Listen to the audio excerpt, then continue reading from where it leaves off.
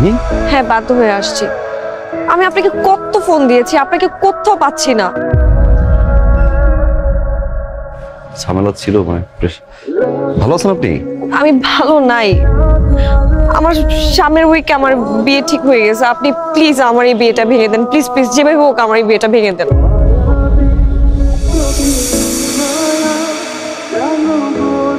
এখন আর পাগলামি করার বয়স আছে? আপনি দেখতে যতটা ইয়ার না লাগেন, আপনার কিন্তু বয়স হয়েছে। বিয়েটা করে ফেলেন। হ্যাঁ, আমি বিয়ে করব, কিন্তু সেটা আপনাকে। আমি আপনাকে ভালোবাসি। আমি সেটা বলতে পারিনি কখনো, কিন্তু আমার মনে হয়েছে এখন এটা বলা উচিত। আমি আপনাকে ছাড়া অন্য কোথাও বিয়ে করতে পারবো না। আপনি যেভাবে হোক এই বিয়েটা ভেঙে দেন না প্লিজ। আপনি যে হোক এই বিয়েটা ভাঙেন। সম্ভব না। সম্ভব না মানে? আমি জানি আপনি আমাকে ভালোবাসেন। ভালোবাসা হচ্ছে এক ধরনের ফ্যান্টাসি, আর এই ফ্যান্টাসি মাঝে মাঝে রিয়েলিটির কাছে হেরে যায়। আমার রিয়েলিটি হচ্ছে আমার মা, আমার বাবা, আমাদের সংসার।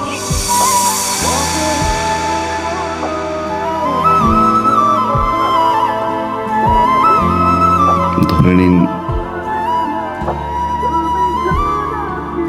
আমার ফ্যান্টাসিও আমার রিয়েলিটির কাছে হেরে গেল। আমি আসলে এই মুহূর্তে বাবা, মা, সংসার এর বাইরে কিছু ভাবতে যাচ্ছি না।